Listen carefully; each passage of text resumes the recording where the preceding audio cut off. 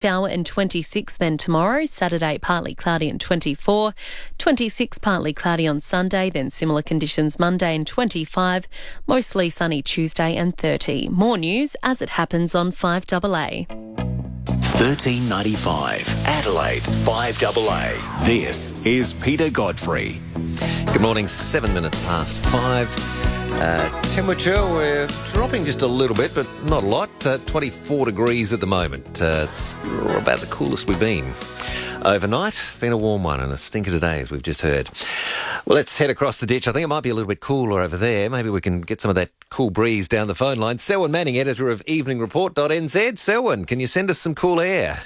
Yeah, well, it would be very welcome if you would swap a little bit of your warmth, Peter. Yeah. We're still locked in September temperatures, sitting down around, overnight around 15 degrees Celsius, and it'll kind of nudge up to around about 19 in the heat of the day. So, we're putting it down to El Nino as well, the extreme. Yeah. You know, with us sitting down here in the kind of blast of, the South Pacific, we're kind of getting all this cold stuff being peeled away. But, maybe it'll change soon. Maybe. Well, hopefully we'll be a bit cooler after today, after another hot one.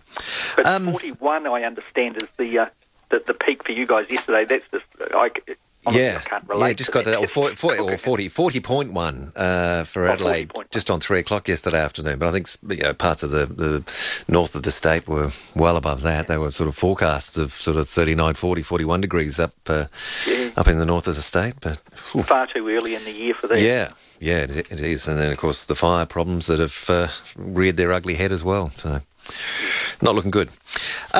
Big story to talk about this morning. Sad story too. A legend in New Zealand, but also a man who'd be well known this side of the ditch. In fact, when I saw the news tonight, recognised his name instantly, even though I'm not a huge follower of rugby. Jonah Lomu passed away young, at the age of 40.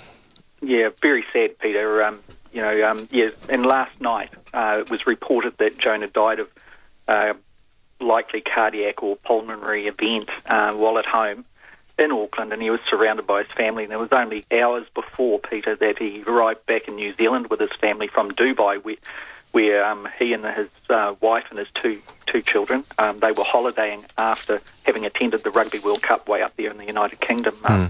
And if people watched the opening ceremony of the Rugby World Cup in the UK, Jonah officially kicked off the World Cup at that opening ceremony with a small child at his side. And he's a superstar over here in New Zealand, and it surprises us too, just how much he is regarded overseas. And everywhere he went overseas, he said his children couldn't understand when they would travel why people would flock around him, and and they were obviously young fellas, and trying to get to understand that their father was a legend. But, Just before we continue on, the New Zealand Herald had a lovely tribute video online to him. Might just play a little bit of the audio from the start of it with a few people paying tribute to him, just to sort of set the scene for people who may not be too much aware of his career. So here's how some of those tributes are on this video on the New Zealand Herald website.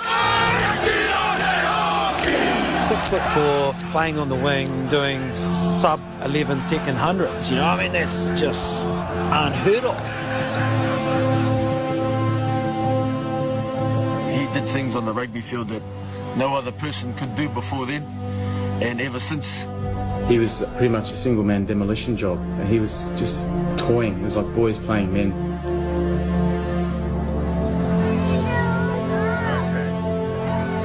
A very kind man, soft, who changed dramatically when he got on the football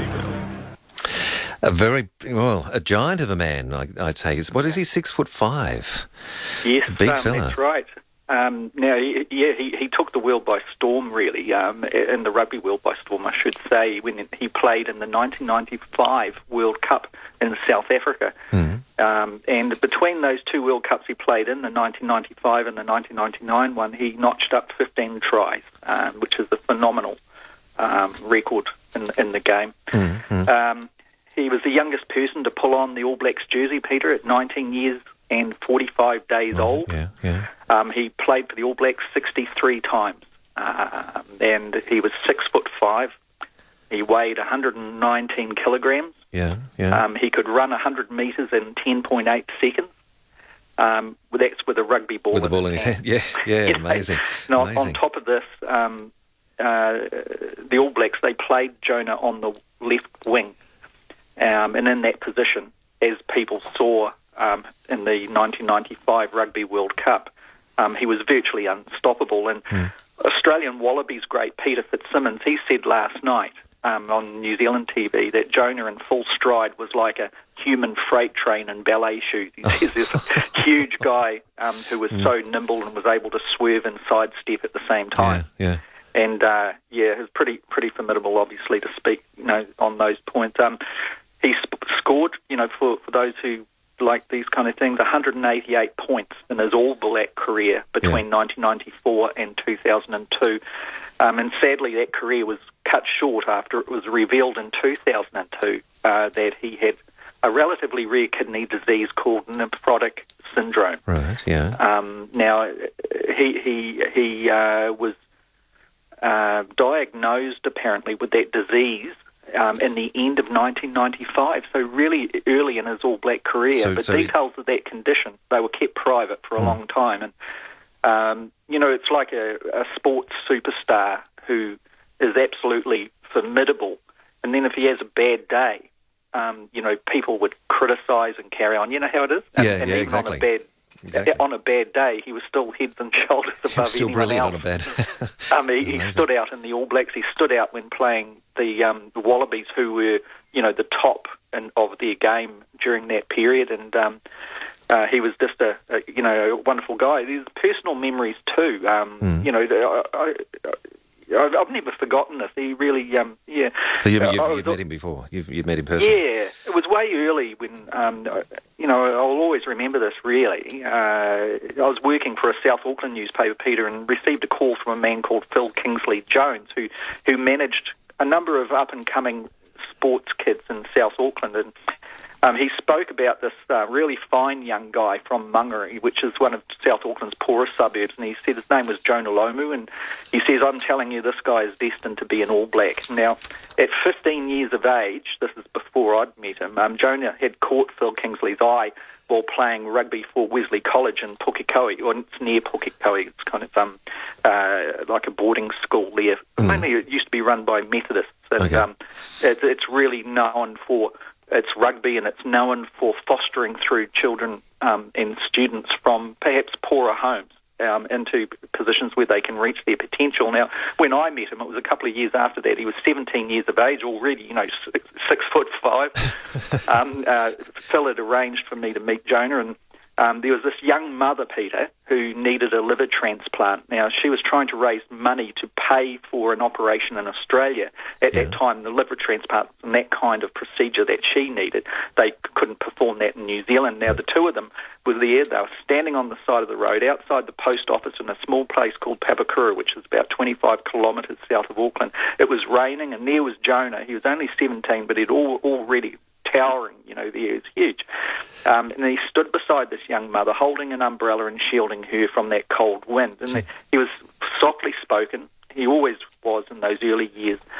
He was particularly shy at that age. And he spoke really gently of why he was helping the young mother. And I just, I remember that very poignantly, actually. And last night I just noted it down, that he kind of said that in South Auckland, this is back then, in South Auckland, people were getting to know him because of his rugby playing. So if he could help her to raise the money and get her life-saving treatment, then it was the right thing for him to do. And there was nothing in it from a point of view of publicity. He was getting noticed on the rugby field and things like that. He was just doing what was a decent thing what he thought was the right thing to do, yeah. And that will, look, there are kind of stories like that people are saying, and it's coming out of the woodwork all the time. He's just a real special guy who came from extremely humble beginnings. When he was in the very early teen, he could have easily have slipped into gang kind of life. There was a young youth gang in Mangere at the time, and that particular gang was becoming notorious, for small petty crime, but getting worse. Yeah. But Jonah chose the sport field and channeled his competitiveness and his assertiveness through that channel, and became a rugby legend and a legend in his own right off the field too, because of things like I just mentioned there about him helping that young woman. Yeah, extraordinary story. So we just have to have a quick break, but we'll come back and talk some more about him, and perhaps some of the the way he's been remembered by many people. I guess both sides of the ditch and beyond. Yes. We'll be right back with you, Selwyn. Selwyn Manning, editor of EveningReport.nz. Some people don't like going to the dentist. I love it. Not because I have more teeth than the average person, but because my dentist isn't your average dentist. I go to Dentistry on Unley, where you'll find that rare combination of new technology and old-fashioned care. The waiting room alone is like a relaxing sanctuary, and they're open Saturday mornings. To see just how lovely they are, pop in. Dentistry on Unley, Hyde Park. dentistryonunley.com.au. If you're after a forklift that leads the way in quality, reliability and productivity, then Toyota Material Handling has the right forklift solution for you. Toyota is the world's #1 forklift brand, with a massive range from pallet trucks, stackers and order pickers to their market-leading Toyota counterbalance forklifts. For new and used sales, short or long-term hire and all servicing, let Toyota Material Handling tailor the right forklift solution for your business. It's all part of the Toyota advantage. Call 1-800-425-438 or hit toyotamaterialhandling.com.au. Anthony Toop on Team Toop. 30 years in real estate feels old. But the best part about it is we've got the next generation. So suddenly this old business, which is really experienced with lots of results and a great track record, is suddenly just catapulted with energy and enthusiasm. It's so exciting. Having a business that all act as one is a cultural thing. And to have a good culture, you need very strong leadership, and you need to understand what the goals are and what everyone's about. The customer knows exactly what they're going to get. Toop.com.au. If the food is amazing, if the beer is icy cold, if there's something extra special about the service, you're standing in a Barreau Hotel. Check out the Albion Hotel Steak Night on Thursday nights. Grab a rump steak, $15.90, a porterhouse for $16.90, and a delicious counter T-bone, only $17.90. All with your choice of sauce and their delicious salad and vegetable bar. For real value, check out the Albion Hotel, Churchill Road, Kilburn, opposite Costco. Part of the Barreau Hotel Group. Always dreamed of cruising the Mediterranean? Philhoffen Travel and Holland America Line can take you there. Unpack once and enjoy premium dining. Amazing European cities including Venice, Athens, Santorini, Istanbul, Saint-Tropez, Barcelona and more. With various departure dates available in 2016, this 24-night Magic of the Mediterranean cruise from $6,490, including flights from Adelaide. Philhoffen Travel host and exclusive onboard bonuses. Call Philhoffen Travel now or visit pht.com.au. Don't miss the epic sound of the music made famous by the film 2001: A Space Odyssey. It's part of the Adelaide Symphony Orchestra's Great Classics concert, Epic Strauss. Be blown away by the power of the huge orchestra on stage and indulge in Brahms' stormy and passionate first piano concerto. The Adelaide Symphony Orchestra performing Great Classics, Epic Strauss. One night only at the Festival Theatre, Saturday, November 28. Book at Bass on 131246. Peter Godfrey, talking Adelaide on 1395 5AA. And joining Selwyn Manning, editor of EveningReport.nz. And the sad news from yesterday of the passing of rugby legend, not just in New Zealand, but worldwide, Jonah Lomu. So he's certainly been remembered well by people everywhere, not just in New Zealand, both sides of the ditch and beyond. How is he being remembered by people there? Yeah, well, first off with Phil Kingsley-Jones. He is the one who spotted Jonah very early in his rugby playing when he was at high school and fostered him through. Phil Kingsley-Jones was his manager. Now, I remember him back in the 1990s, the early 90s. I remember him saying, must have been for a news report, so I'm going in memory here, and Phil Kingsley-Jones saying, look, we've got Jonah working as a teller for the ASB Bank at the Auckland Savings Bank, and we want him to be able to have a career once rugby finishes. Yeah. You know, it was that kind of thing. They saw something special in him. He was clever. He but everybody reaches the end of their rugby, and they never ever realised that it had become such a sensation. So Phil Kingsley-Jones, that's the backstory there. The relationship is one that has continued and endured. He's a family friend as well of the Lomu family, and he said yesterday, today is one of the saddest days of my life. He said, hearing that one of the most wonderful young men I have ever known, who was like a son to me, has been taken from us. And he goes on there. And that gives a little insight, I think, into, a difference perhaps. That was a manager of a young sporting guy that after all of these years, after 22 years of being involved with him, has still held him in the closest and highest regard. Rugby great. He's a household name over here in New Zealand, Peter. Nick Farr-Jones. Yes. The Australian Wallaby, just, an icon, really. And he said, I think we can always talk about what were the best World Cups. That's the Rugby World Cups, of course. But when you talk about who was the most influential in a World Cup, you'll never go past him in 1995. And Nick Farr-Jones added, thank God I didn't play against him. So for people who may remember back there, and those who don't, there were those fantastic scenes playing, the All Blacks playing England, and in particular, and Jonah Lomu on the wing, just literally walking over the top, and I mean literally walking over the top, or jogging over the top of his opponents as they tried to tackle him, and scoring once, time and time again. If people actually want to see all of Jonah Lomu's tries as he represented this country here, got them on the front of the playlist on EveningReport.nz. Okay. And it really is worth just seeing that. Tana Umaga is a famous, in New Zealand in particular, a world-class player. He was All Blacks captain for many years. Now, Tana Umaga said yesterday, there's never been another Jonah Lomu. And he said everyone's tried to manufacture one, or tried to put forwards out to the backs, or put someone on the wing who was the same size as Jonah. And he said, but there was no one like him. To be honest, there probably never will be. Gee. And, I guess that really sums it up, Peter. He is so highly regarded. I know Will Cowling, the former captain of the British, the English rugby team, he's spoken of Jonah in the same way, as a player who faced him, etc., etc.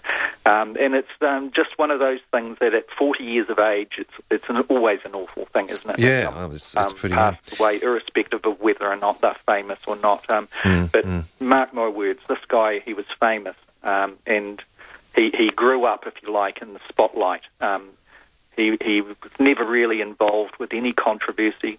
He was a straight guy, an honest guy, and just put his hand out to help others any time he could. And that's, I guess, what it's all about. Yeah. Do you know much about this kidney condition that he had, nephrotic syndrome? Do you know much about it? It's quite rare, obviously. Yeah. Look, I don't know from a clinical point of view, but I know that it does affect too many Pacific Island people, and it's a hereditary thing there that's running there. And Jonah he was born in New Zealand, but his parents are Tongan. He affiliated very strongly with Tonga. And one of the things there relating to the kidney disease was that it was sitting there lingering in the background for a long time. And when he first was in the, trying to get into the All Black team, and they were having their pre-season training camps and things like that, a lot of the All Blacks of that time spoke of how they thought he was lazy, that he wasn't giving 100% at the training camp, and how he was sent away a couple of times. Get yourself fit, get yourself focused. We want to see, you've got a lot more in you, and you've got to do that if you're going to pull on the All Black jersey. Otherwise, you're not going to. And he came back time and time again, and he came back really kitted out, on the third time. And a lot of the All Blacks around him, the Pacific Island All Blacks in particular, he had to do this great big run, several times. It was down in the Taupo area, and they all got with him to make sure he was able to get over the line, and he did. And what a wonderful thing, just to see that he was able to pull that out despite this illness lurking there. That was, that was only diagnosed in a year or two later, about a year and a half later. Just to overcome that challenge and disability really is marvellous. But with Jonah being Tongan, it was difficult to get a kidney match for him, and he suffered a lot longer with the disease before he did receive a suitable kidney, a donated kidney, and that lasted for 7 years before his body rejected it in 2011, and he's been on dialysis since. But it doesn't appear he's been in very good health most recently, and comparatively, apparently, in very good health. And it doesn't appear that while it may have contributed, it does appear at this stage that it was a cardiac or pulmonary event, maybe perhaps linked to the long-distance air travel coming home. Yeah, I did see in one of the reports, somebody, I can't see it here, saw him just on his way home and only a day or two ago, and said that he looked well, he looked fine, and so that sort of added to the shock at hearing of his passing. Yes, absolutely has. And, a lot of people have spoken about that have been enjoying his company and enjoying the conviviality of most recent times, and have been stunned by it. Sad to hear. Came out of the blue. Yeah, sad to hear. As you said, on the front page of EveningReport.nz, so you've got the video there of a whole lot of his international tries, so people can see and relive some of those spectacular moments. And it'll play. It's so while he's got the All Black jersey on, Peter, there's sportsman's and evidence there, and it's something, it's something to see. Yeah, indeed. I think Tana Umanga is absolutely right. I think we won't see the likes of Jonah Lomu again on and off the field in some way. Sad to hear. All right, Selwyn, many thanks for that report this morning. Have a great week. Enjoy your cooler weather over there while we enjoy our hot weather, and we'll catch you again next week. Hopefully we get an equilibrium between the two. Yes, let's hope so. Thanks, Selwyn. Okay. Bye-bye. Selwyn Manning, editor of EveningReport.nz. Yeah, head there and have a look at that video if you'd like to see some of those amazing tries from Jonah Lomu. 5:29, and Stone coming up next with the latest news, sport and weather. I'm Caroline Wilson. Every Thursday on the 5AA Sports Show, Rowie and Biggs talk to Caroline Wilson. 5AA is a